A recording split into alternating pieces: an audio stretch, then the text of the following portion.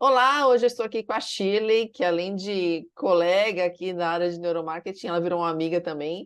Shirley, queria pedir para você se apresentar antes da gente começar esse bate-papo, contar um pouco do que você faz, qual que é a sua bagagem profissional. Ok, oi pessoal, tudo bem? Sejam muito bem-vindos aqui ao nosso bate-papo.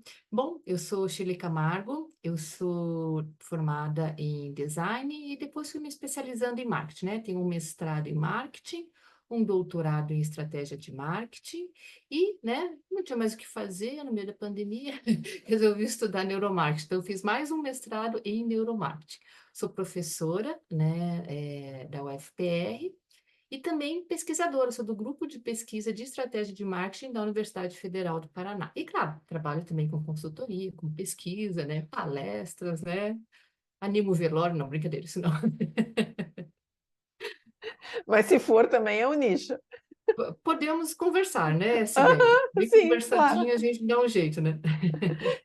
E quando você faz as pesquisas, eu sei que se você dá aula também de pesquisa tal, quando você fala de pesquisa, quando você faz pesquisas, você usa pesquisa de neuromarketing também para engrossar esse caldo aí de resultados para você dar para o seu cliente ou para os seus alunos? Então, eu normalmente faço aquelas parcerias contigo, né, para fazer demonstrações para os alunos, tal, né? Mas assim, a pesquisa ainda, né, que é até um tema da nossa conversa, do neuromarketing aqui no Brasil, ela ainda está muito no início. Então, as pessoas têm muito medo, a gente até propõe, né? Mas as pessoas, né, ficam temerosas, né, de investir, de repente não ter o retorno. É algo que as pessoas não conhecem. Então, assim, pesquisa, eu posso dizer que eu fiz recentemente uma pesquisa, mas assim, não utilizando a ferramenta, né? Que agora a ferramenta é a segunda parte dela, espero utilizar em breve. Mas utilizando o conhecimento da neurociência, né? Então, a gente pesquisou sobre rostos, né? Então, a gente sabe que, só para ter uma ideia aqui, né? Que a gente toma as decisões de forma inconsciente, né? Quem estuda neurociência, neuromarketing sabe disso. 95% das nossas decisões são inconscientes, né? Isso vários pesquisadores já falaram. Então, a gente tem uma sensação que tem o controle, que raciocina, que sabe tudo, e, na verdade, as decisões são tomadas previamente e depois a gente racionaliza a escolha, né? Para não ficar chato, né? Às vezes a pessoa nem sabe por que tem determinado comportamento, que tem a ver, né, com essa questão das ciências comportamentais. E o marketing, interessante, se a gente for pensar, né, em ciências comportamentais, a gente tem a psicologia, a gente tem a antropologia, né, e elas sempre emprestaram para o marketing, porque o marketing ele é interessado em entender o comportamento do consumidor. Ele precisa entender o comportamento do consumidor. Então, a gente sempre usou fontes dessa área, antropologia, psicologia, tal. Eu lembro quando fiz mestrado, até tinha que ler Freud. Meu Deus do céu, era super complexo aquilo, me dava um nó na cabeça. Muito difícil, né, psicologia. E, recentemente, surgiu, né, a neurociência. E claro que o marketing não é bobo nem nada, viu a neurociência e se apropriou, não só dos seus conhecimentos, mas também de algumas ferramentas, né? E não sei se você quer, tipo, que eu já explique como é que foi a pesquisa que eu fiz, né? Ou se tem alguma outra Pode pergunta. explicar, não, pode explicar. Porque daí, então, assim, né, essa pesquisa que eu fiz, eu entrevistei, foram 90 estudantes de três grandes universidades aqui, né, da região sul, e a ideia era o seguinte, porque como eu estava falando, a gente toma muita decisão inconsciente. Além disso, os nossos consumidores, eles são expostos a muitas informações. Então, só para a gente ter uma noção aqui de quantidade de informação, né? Então, lá na década de 60, 70, 60, era ali 600, 700 informações por dia. Nos anos, agora, recentemente, isso chega a quase mais de 10 mil informações por dia. Então, é muita informação que a gente tem acesso por conta da internet e tal, né? A gente está o tempo todo conectado. Então, eu tenho dois problemas aí. As decisões são tomadas de forma inconsciente, os consumidores são expostos a muita informação e ele tem que fazer muitas decisões por dia. Então, na verdade, são três problemas, né? Até tem estudo que diz que a gente tem que fazer cerca de 35 mil decisões num dia. Você fala, não, não é possível, né? É um estudo americano, mas imagino que no Brasil não é muito diferente, né? Fica pensando, o que que você faz a primeira coisa quando você acorda, Sibeli? Eu desligo o celular e já pego o celular para ver se tem alguma notificação. Mas você não Básico, fica, né, Shirley? mas você, é pegar o celular, a primeira coisa. Você não fica pensando, ah, será que eu deixo mais 10 minutos ou levanto agora? Eu não fico pensando porque já faço isso, já desligo. Já tá automático, né? Já É, tá lá já tá ali no, no já, sistema 1. já faz parte. Porque assim, então, a primeira decisão é essa, é você saber se você vai acordar, se vai ficar mais um pouco, né, na cama ali enrolando. Depois vem, ah, será que eu tomo banho de manhã, tomo banho de noite, tomo banho os dois? Ah, será que eu vou querer café ou achocolatado? Então, é muita decisão que a gente toma por dia, né? Então, chega às 35 mil, sim. Então, imagina, decisões no nível automático, muitas informações por dia, muitas decisões para fazer com o dia. Como que a minha marca lá vai conseguir chamar a atenção desse consumidor, falar com esse consumidor, né? É um desespero realmente, né? Porque pode fazer a melhor estratégia, o consumidor não vê, não conseguir chamar a atenção dele. Então, quando eu fiz essa pesquisa de neuromarketing, eu já tinha lido alguma coisa que falava que os rostos, né, o rosto humano, ele chama muita atenção das pessoas. Inclusive que o ser humano ele tem uma área lá dentro do cérebro dele específica para reconhecer o padrão do rosto humano, né? Os dois olhos, o nariz e a boca. Né? Isso vem lá eu sempre brinco da época das cavernas, né? Porque o homem das cavernas, ele tinha que rapidamente reconhecer se o que ele estava vendo era um outro ser humano, ou era um tigre dente de sabre, que senão ia comer ele, né? Então ele tinha que reconhecer muito rapidamente isso. E essa área do nosso cérebro, né, ela continua até hoje. E tanto é que ela é tão forte que a gente fica o tempo todo caçando rostos inconscientemente, que quando a gente vê objetos que parecem rosto, a gente para, né? Tem vários, né, na internet, uma tomadinha feliz, né? Ou uma mochila deixada de uma certa maneira na cadeira lembra uma pessoa, né? Então, nosso cérebro fica o tempo todo procurando por rostos. E daí, né, eu pensei, poxa, temos um problema de chamar a atenção do consumidor, né? Será que quando tem um rosto, esse consumidor vai prestar mais atenção nesse anúncio, né, no meio dos milhares de anúncios que ele vê ao longo do dia?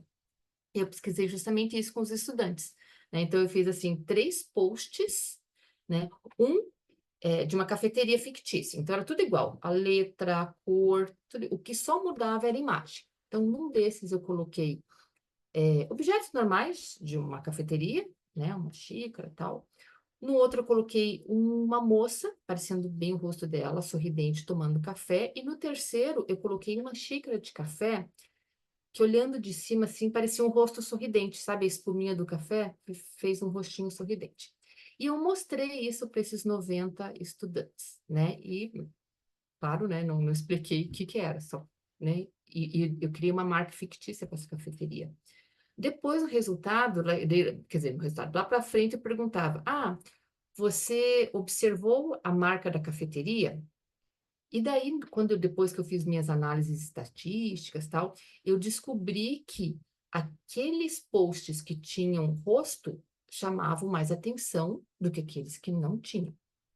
E o mais interessante é que aqueles que tinham objeto, a xícara de café lembrava um rosto, chamava mais atenção ainda, né? Então, ok, rosto realmente funciona, mas o efeito da pareidolia, que é isso de a gente ficar achando rostos em objetos inanimados, né? A gente chama de pareidolia, chama mais atenção ainda do ser humano. Então, é interessante ficar pensando, mas por quê, né? Então, como eu falei, primeiro, nosso cérebro fica o tempo todo identificando rostos. Segundo, como ele identifica, mas ele tem que parar para prestar atenção, porque não é um rosto. Então, né, a pessoa olha e fica concatenando, é um rosto, não é um rosto? Então, ali eu já captei a atenção do consumidor. Então, por isso que ele é mais eficaz nesse sentido, né? Obviamente, a gente até falou disso, é claro que daí eu não vou conseguir pôr rosto em todos os meus anúncios, né? Mas de repente aquele anúncio que é importante, que cabe um rosto, né, sorridente ali, pode ser importante. Inclusive, que daí mexe com uma outra teoria que a gente traz da neurociência, da emoção, né? Então, quando a gente gera emoção do nosso consumidor, a gente consegue prender a atenção dele. Então, se eu coloco um rosto feliz, sorridente, o rosto de um bebê, né, alguma coisa assim, que eu mexa com a emoção desse consumidor, além de chamar atenção, também eu vou já pegar um pouco da memória, né? Porque a emoção, ela ajuda a gente a criar memória. Quando emociona alguém, ele vai lembrar, né? Então, quando e vai vincular com a minha marca de uma maneira inconsciente. Então, ele viu aquele rosto bonitinho, fofinho. Quando estiver no ponto de venda lá, puxa vida, não conheço nenhuma marca, mas inconscientemente, eu lembrei dessa propaganda que tem uma pessoa assim, assim, né? Isso tudo de forma inconsciente. Ele acaba levando aquela marca ali. E é legal você falar essa questão dos rostos, porque a gente vê, principalmente no Instagram, LinkedIn, descobriram os rostos, né? De um tempo para cá a gente vê, tem que ter rosto, tem que ter... Alguém falou que é um hack, e aí o pessoal colocava isso tudo quanto é lugar. Mas não adianta você colocar um rosto, que eu vi outro dia, e até eu dei um toque para esse amigo. Eles colocaram numa landing page uma moça olhando para cima. Aí eu falei para ele assim, mas você o rosto é importante, sim, para chamar atenção, mas a identificação, a conexão, ela acontece quando você está olhando para a pessoa. Então, né, já falou com alguém que a pessoa ficava assim, olhando para cima, não olhava no teu olho, e você falava assim, nossa, essa pessoa é esquisita, não é confiável porque ela não me olha nos olhos. Então, essa questão da emocionalidade que você falou, ela vem muito de encontro quando a imagem conversa com você, quando a pessoa olha para o seu olho. Ou então, minimamente, ela está olhando para algum lugar e você quer que bater o olho, chamou atenção, você Isso. desvia o olhar para onde ela está olhando. Mas olhar para cima, eu falei para ele assim, para onde que você queria? E a menina estava olhando assim para cima. Eu falei para ele, mas para onde você queria que as pessoas olhassem? Para o teto, né? Na hora que você vê isso numa landing page, ele até anotou, ai, meu Deus, agora já soltei. Eu falei, agora você deixa assim, tá tudo certo, né? Então, a gente tem que ter, o REC é muito importante, é necessário que a gente tenha para aumentar a conversão e tal, mas tem que saber o que está fazendo, né? Porque não adianta a gente Exatamente. escutar aquela coisa e falar assim, uau, vou usar. Porque se a gente for usar tudo que a gente vê na internet, vai ficar tão ruim a tua comunicação que você vai até prejudicar em vez de ajudar, né, Shirley? Exatamente, é isso. Não adianta pegar um pedaço de informação descontextualizada e usar, que pode usar de maneira errada, inclusive, como você falou, né? Muito legal você tocar nisso, né? Porque você que trabalha bastante com eye tracking, né? A gente sabe também que o consumidor, ele inclusive, ele tende a olhar para onde aquele rosto está olhando. Então, você pode usar isso em favor da sua marca, né? Então, se eu quero que o consumidor olhe a minha marca, eu vou fazer esse rosto olhando para a minha marca. Eu quero que ele olhe o desconto que eu estou dando. Vou fazer esse olhar na direção de onde aparece o meu desconto, e assim por diante. Aqui em Curitiba também eu vi esses dias era uma faculdade que tinha um outdoor e a mesma coisa, tinha o rosto de uma modelo, ela olhando para fora, assim, do outdoor. E aqui tinha todas as informações, né, do curso, da faculdade, de valores. Falo, cara, né, essa pessoa está fazendo isso errado, né? Não é assim que faz. Né? E isso também, ou no mínimo, então, olhar para frente para fazer uma conexão, né, com quem tá olhando. E outra coisa que eu acho interessante também que aquilo que a gente sempre fala, você tem que conhecer muito bem o seu consumidor, porque não é qualquer rosto. Ele tem que se conectar com aquele rosto, né? De alguma maneira. Porque senão, ok, você vai chamar atenção, e daí chamou atenção, e daí, tipo, chamou atenção negativamente, né? Então, que a gente tem os neurônios espelhos, né? Que a gente também estuda isso na neurociência, né? Então, como que é meu público, né? Que características que ele tem? Porque ele gosta de se ver representado ali, né? Então, de repente, um rosto que seja parecido com aquele público-alvo que você está querendo atingir, para gerar justamente essa conexão aí que você estava falando. E, Shirley, você fez aí a sua pesquisa que você relatou aí da cafeteria. Você acha que se você não tivesse esses conhecimentos de neurociência, de neuromarketing, você teria chegado às mesmas conclusões que você chegou, só com um conhecimento de uma pesquisa tradicional, por exemplo? Não, com certeza não. Justamente eu fiz essa pesquisa porque eu tinha um conhecimento prévio, né? E como eu te falei, agora a minha segunda etapa, né? Espero fazer em breve, é usar daí o eye tracking, né? Usar a ferramenta, porque eu usei o conhecimento, agora eu gostaria de usar uma das ferramentas, né? O eye tracking, aquele de, para quem não conhece, né? Rastreamento ocular, para ver justamente, né? E testar, né? Realmente as pessoas olham para onde o modelo está olhando, eles vão prestar mais atenção naquele que tem o rosto, que tem a pareidolia, né? Onde que que tipo de emoção que gera, de repente, um rosto sorridente, um rosto sério, né? Então, agora, afinar essas descobertas, né? Mas, com certeza, assim, se eu não tivesse esse conhecimento, eu nem ia fazer essa pesquisa e nem ia ter esse resultado, né? Então, para passar para as pessoas, né? Olha, inclusive foi uma comprovação estatística, porque assim, a gente às vezes, né, faz lá os cálculos e fala, realmente mais pessoas prestaram atenção naquele que tinha rosto, que tinha o efeito de pareidolia. Mas isso é significante estatisticamente? Então, eu rodei alguns testes estatísticos, a gente chama de Q-quadrado, e mostrou que sim, que era significante. Então, sim, há diferença realmente no comportamento das pessoas, e isso é válido estatisticamente. Não é só é diferente. Por exemplo, é diferente, mas, né, não tem significância estatística, né? Então, mas sim, com certeza, se não fosse conhecimento da neurociência, do neuromarketing, né, não teria feito essa pesquisa. E é legal você complementar quando você fizer com eye tracking, efetivamente, porque cada peça é uma peça, né, Shirley? O que eu falo assim para os clientes. Às vezes você coloca uma peça com o rosto, que a gente chama, sabe que chama mais atenção, e você põe uma peça sem rosto, mas o conjunto da obra mostra que a peça sem rosto teve maior Uhum, sucesso. Então não é, assim, tudo bem, existem hacks aí que ajudam, né? Que com a neurociência a gente sabe, uhum, o rosto chama mais atenção, por uma questão antropológica, a gente tem essa parte no cérebro que só reconhece o rosto, mas dependendo do conjunto da obra, o rosto ali não vai fazer diferença. E é esse tipo de análise que a gente consegue fazer com a ferramenta, com eye tracking aí no caso, que só no olho ou com uma pesquisa tradicional a gente não consegue trazer, porque a gente vai ter dados precisos. Ok, as pessoas chamou mais atenção ali da xícara com o rostinho ali no de leite. Mas depois, quando a gente acabou a pesquisa, depois de vários estímulos dados para essas pessoas, o quanto que efetivamente ela vai lembrar da marca, o quanto que ela vai lembrar daquele ambiente, porque tudo depende da pergunta que o cliente quer fazer. Então, às uhum, vezes, ele não quer que, vamos supor, num cardápio, não quer que a marca dele seja a coisa mais relevante, mas ele quer que um prato específico seja mais visto. Então, o que fazer? Às vezes a foto de uhum. um hambúrguer suculento chama mais atenção, dependendo do contexto, do que o Exatamente. rosto.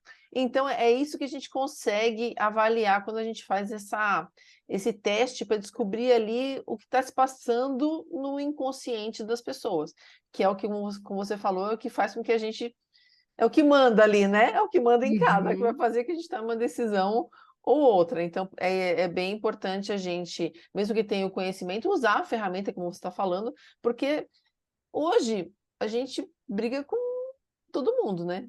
Briga com os uhum. grandes, briga com os pequenos, briga. E se alguém, algum concorrente, efetivamente tem ali acesso a uma ferramenta dessa, ele está anos-luz na sua frente em termos de Exatamente. comunicação, em termos de estratégia.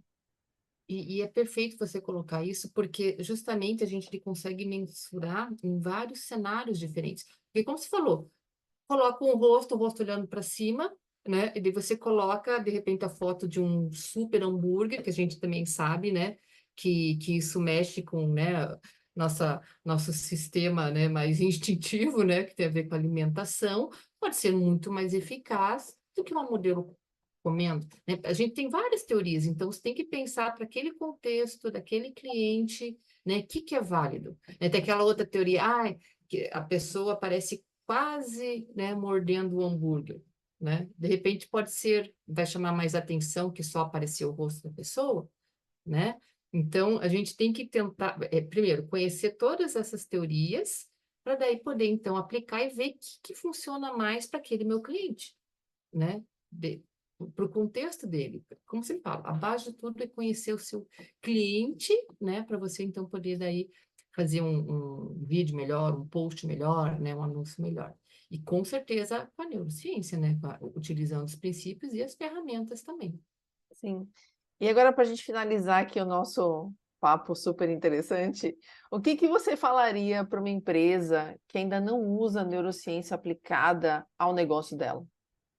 Então, bom, o que eu posso falar é assim, que é um caminho sem volta, né, Sibeli? Se não usa, em algum momento vai usar, então já começa a se preocupar com isso, né? Porque é o futuro. do marketing é o futuro da pesquisa, porque a gente sabe que o consumidor, como a gente falou, ele toma muita decisão inconsciente, então tem um viés, né? Quando você vai fazer uma pesquisa tradicional, é claro, né? Não estou desvalidando as pesquisas tradicionais. A gente pode, inclusive, usar em conjunto, né? Pesquisas de neuromarketing com pesquisas tradicionais. Mas muitas vezes o consumidor, dependendo do contexto, dependendo do que se quer descobrir, tem um viés. O viés de, tipo, eu vou responder porque, né, eu quero ser simpático, eu quero ser bacana, eu quero ser aceito socialmente, né? Ou eu não vou falar a verdade porque é chato, ele vai ficar ofendido, né? Então, quando a gente usa a pesquisa em neurociência, a gente tira todos esses viés, a gente descobre o que realmente a pessoa gosta, né? Mesmo às vezes ela falando que ela não gosta, a gente descobre, não, mentira, ela gosta sim, né? Então não tem como enganar. E assim, como assim, um dos impeditivos, né, sempre foi o preço, né? Preço dos equipamentos, né, das tecnologias. Só que, como toda tecnologia, isso vai caindo ao longo dos anos, né? Então, as pesquisas hoje em neuromarketing estão bem mais acessíveis do que, sei lá, 2 décadas atrás. Você fazer uma pesquisa com neuromarketing era coisa só para empresa gigante. E hoje em dia a gente sabe que não, uma empresa pequena, né, com um pouco de investimento, ela consegue, né, fazer, ou, por exemplo, utilizar um eye tracking do próprio celular dos consumidores, né, fica super acessível. Então, é algo assim que, na verdade, acho que as pessoas têm muito medo ainda, porque todo mundo tem medo do desconhecido. E as pessoas têm medo do neuromarketing, acha que de repente vai faltar ética, vai tentar, sei lá, manipular o consumidor. E a ideia não é essa. A ideia é entender muito bem o seu consumidor. Não é manipular, é porque se o consumidor souber que eu estou usando neuromarketing, vai achar que eu estou querendo enganar ele e tal, né? Fazer mensagens subliminares, tal, e não é verdade. Então, a gente precisa fazer o que a gente está fazendo aqui, que é esse papel. Então, informar tanto o consumidor como o empreendedor, o gestor, né, o que que o neuromarketing pode fazer. E assim, os ganhos são enormes, né? Então, é só realmente a gente disseminar esse conhecimento, né? Porque, como eu falei, a tecnologia está ficando cada vez mais acessível, é uma realidade, todo mundo, né, vai ter que passar por isso. A gente sabe, né, recentemente uma grande empresa da indústria cosmética criou um laboratório de neurociência dentro dela. Que, tipo, uma indústria gigante, né, inovadora, ela sabe o que está fazendo.